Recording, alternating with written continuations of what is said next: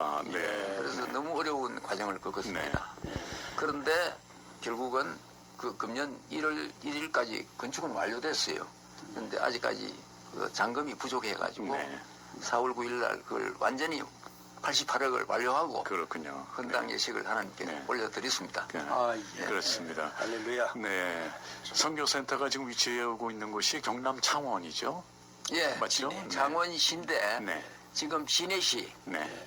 창원시, 네. 마산시가 합쳐서 특활시, 직활시가 그렇군요. 되었습니다. 네. 예, 옛날에 있던 거 사관학교 입구에 있습니다. 그렇습니다. 건립 목적이요. 지금 말씀 주신 바와 같이 500명의 소그룹 리더를 양성하고자 하는 그런 목적이 있고요. 또 하나는 이제 200 함정 부대교회 설립도 있고요. 또 영적 리더십의 센터 역할을 감당할 수 있기를 목적하며 이 선교센터를 좀 준공했습니다. 네. 앞으로도 많은 이 선교센터를 통한 영적 부흥이 있어야 되리라 생각이 듭니다. 네. 그러니까 해군 같은 경우는 이제 네. 이렇게 많은 사람이 집결하기가 힘들거든요. 네. 그래서 이렇게 그 부서 네. 그분들이 이제 주로 신앙의 트레이닝이 필요하고, 이제 해병대 같은 경우는 저는 이제 해병대 군목 생활을 4년 했는데 네. 연평도 하고 네. 김포 강화 해병 청룡부대 군목 생활을 했어요. 그래서 예배를 어떻게 인도해 줄까? 그러니까 심지어는 이제 템플이 있는 데는 네. 가서 정규 예배를 드리고, 네. 그 다음에 템플이 없는 부대는 부대 식당, 대개 이제 식당에서 예배를 네. 드려야 돼요. 그때 제가 있을 때는 그 환경이 열악했기 때문에 네. 모일 수 있는 공간이 식당이었거든요. 그렇겠죠. 우리 김덕수 제동님 동기생인 양해범 대대장이 있었어요. 그때 중령이었는데 그분이 이제 오후에 반드시 와서 예배를 드려줘야 됩니다. 네. 그래갖고 예배를 제가 주일날 되면 8번 드린 적이 있어요. 아침 6시부터 시작해갖고서 네. 쫙 돌아가면서 예배를 드리는데, 네. 그 오후에 가서 이제 해병 산상교회 뭐 이렇게 해갖고서 그 해병대 그 일대대인데 네. 거기서 예배 드린 기억이 나는데, 그래서 우리 이 장모님을 생각하면 네. 그분이 생각나요. 동기생이고 늘 얘기를 네. 많이 했거든요. 그래서 신앙이 좋은 해군사관학교 동기생들이 이 군복음화를 이루고 있다고 네. 하는. 그래서 저는 이렇게 부대별로 대대별로 가서 예배를 드리고, 직할부대 가서 토대대 뭐 그다음에 그 장갑차 네. 상륙 장갑차 네. 부대에 가서 또 예배를 드리고, 이렇게 독립부대별로 가서 이제 예배를 드리는데 쉽지 않죠. 그렇습니다. 예. 네. 그리고 이 군목제도가 그 넓은 해병 이사단에 저 혼자 있었어요. 그래서 네. 이거 사람 죽는다. 젊은 네. 목사를 죽이려고 그러냐. 한 명 더 보내라. 그래서 네. 한 명을 더 보내서 군목 2명이, 육군 같으면 4명이나 5명이 커버하는데, 우리 해병대는 이제 2명의 군목이 김포 강화 전 지역을 그 섬까지 그렇군요. 관할했던 네. 기억이 있고, 그리고 지휘관을 따져 갖고서 퍼센티지를 내보니까 82%의 직할 부대장급 이상, 네. 대대장 직할 부대장 이상이 기독교 신자였어요. 제가 있을 때 아마 네. 최고였을 거예요. 네. 이 신앙이 강해야 부대가 강하지. 그렇군요. 네. 신앙이 엉터리가 되면 탈령하죠. 그리고 문제가 많이 생기죠. 네. 그 지금 문제가 얼마나 많이 생기겠습니까? 이 핸드폰도 갖고 있지, 모든 정보가 공유되지, 지휘관 명령을 거부하는 일이 있죠. 네. 이렇게 갖고는 당나라 군대가 될 수밖에 네. 없는데, 네. 신앙으로 무장돼서 내 조국, 내 나라를 지킨다고 하는 그 의식, 트레이닝, 이 프랙티스 훈련하고 연습하는 거, 네. 이거가 중요하다. 그렇습니다. 거기에 베이스는 네. 비브리컬 파운데이션이 돼야 네. 된다는 네. 거죠. 예. 네, 공감합니다. 신앙 전력화를 통한 선교센터에 앞으로도 큰 역할을 감당하기를 원하고요. 앞으로 그럼 어떻게 운영을 하시고 어떤 계획이 있으신지도 좀 말씀 제가 좀 이어주시죠. 조금 더 네. 이제 말씀을 좀 드리면은 이 중요성에 대해서 제가 이제 해군 소령 때 네. 이제 때에는 포술장이라는 직책이 있어요.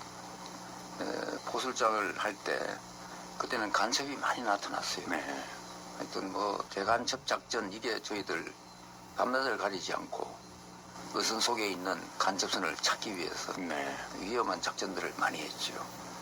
이제 그렇게 하다 보니까 해상에서 작전하는 시간이 굉장히 길었어요. 아, 네. 거의 그 육지에 갈 시간이 없고 네. 그래서 제가 아무리 생각해봐도 기도하고 예배드리고 함정에서 할 그런 기회를 찾기가 정말 어려워요. 그러시죠. 뭐 하려고 그러면은 훈련한다고 또 뭐. 그래서 제가 생각해낸 게 밤 9시에 우리 해군은 하루 4끼를 먹습니다. 9시에 야식이라는 게 있어요. 야식을 먹고 밤새도록 당직을 서야 되니까 네. 또 일부는 자야 되니까 네. 또 일부는 또 근무해야 되니까 그렇게 해서 밤 9시에는 모두가 다 야식을 먹는데 주로 예. 수제비 국수 이런 거예요. 아, 간단합니다. 네. 그래서 이 시간을 이용하자. 그렇게 해서 저희 함정에 있는 하여튼 크리스찬들을 색출해서 내 포대로 오라. 내가 포술장이니까 큰 포가 바깥에 있었어요.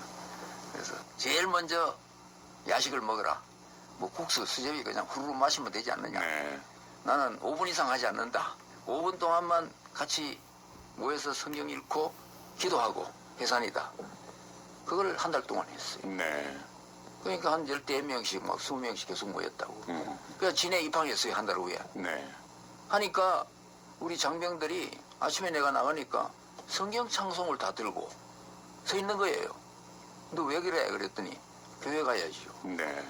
그래서 저는 거기에서 정말 너무 놀라운 걸 발견했습니다. 그렇군요. 네. 어떤 상황에서도 하나님께서는 또 성령께서는 역사하시는구나.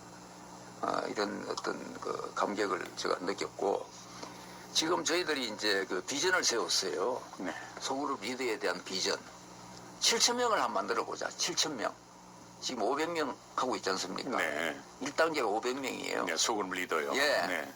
7,000명을 만들면 과연 어떤 일이 벌어질까? 아하, 한번 네. 상상을 해봤습니다. 왜냐하면 해군 해병대 병력이 7만 명이에요. 그렇군요. 네. 네. 11조를 만들어 보자. 네. 그러면은 우리 장병들 70% 이상 보금하지 되지 아하. 않겠느냐.